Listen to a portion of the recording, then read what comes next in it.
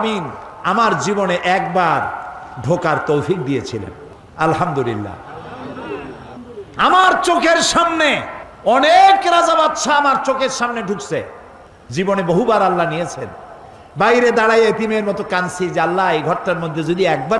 সেই যুদ্ধের মীমাংসা বৈঠক আহ্বান করলেন বাদশা ফাহাদ, তাতে পৃথিবী থেকে 400 মেহমানদেরকে দাওয়াত দিলেন মীমাংসা বৈঠকে।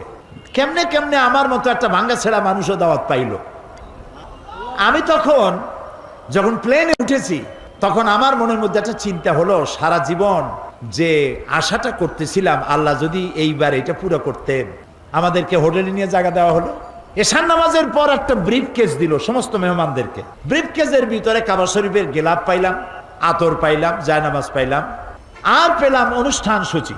অনুষ্ঠান সূচিতে লেখা 3 দিনের সমাপনী দিবস, 3 দিন কনফারেন্সের শেষ দিন, ওটা বৃহস্পতিবার দিবাগত রাত। শুক্রবার সকাল 7:30টায় মেহমানদের জন্য কাবা শরীফের দরজা খুলে দেওয়া হবে। আমি তো পড়িয়া আমার চোখে তখন পানি এসে গেছে। বৃহস্পতিবার রাত্রে সকালের অপেক্ষা আর করি নাই, গোসল করে নতুন কাপড় চোপড় পরে সারা রাত তাওয়াফ করেছি, নামাজ পড়েছি, সকালের অপেক্ষা করেছি। ফজরের নামাজের পরই আর্মি এসে ঘিরে ফেলেছে কাবা শরীফ। যারা ভেতরে তাওয়াফ করতেছিল তারা বেরিয়ে গেল। মাতাফের কিছু জায়গা তারা আটকে ফেললো, বাইরের থেকে তাওয়াফ হবে। কাবা শরীফের পাশটা খালি। প্লেনে ওঠার মতো বিরাট সিঁড়ি এসে হাজির হয়ে গেল। আমি তো সারা রাত থেকে তৈরি, আমার চিন্তা আমি আগে উঠব, কিন্তু পারলাম না।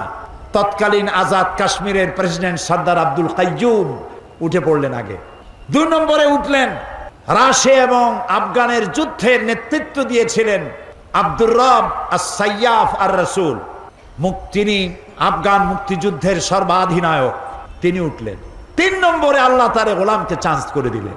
ভিতরে ঢুকে তখন তো আর কাবা একদিকে নাই, চারোদিকে কাবা, চারোদিকে দুরাকাত নামাজ পড়ে আল্লাহর ঘরের মাঝখানে সেজদায় পড়ে গেলাম। প্রায় আধা ঘন্টা জনমের মতো কাঁদলাম, যা মনে আসলো বলতে থাকলাম। হঠাৎ আমার মনে চিন্তা আসলো, আমি বুঝি অন্যান্য মেহমানদের উপরে জুলুম করতেছি, কারণ এই ঘরের মধ্যে 20-22 জনের বেশি লোক ধরে না। তা আমরা যত দেরি করব তাদের উঠতে তত দেরি হবে। তাড়াতাড়ি উঠলাম। আমি দাঁড়িয়ে দেখি আমার পাশে দাঁড়ানো রাজশাহী বিশ্ববিদ্যালয়ের প্রাক্তন ভাইস চ্যান্সেলর মরহুম ডক্টর M.A. বারি। বুড়া মানুষ, সাদা দাড়ি, চোখ দিয়া বদনার নালের মতো পানি পড়ছে, দাড়ি ভিজে ভিজে পড়ছে। আমাকে আঙ্গুল দিয়ে দেখালেন কাবার দরজার দিকে।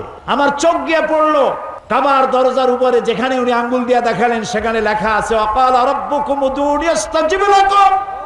তোমার রব তোমাকে বলছে আমারে ডাকো, আমি ডাকের সাড়া দেব। আমি আবারও কাঁদলাম, আল্লাহ আমার কাম আমি করছি, এবার জবাব দেওয়ার মালিক তো তুমি।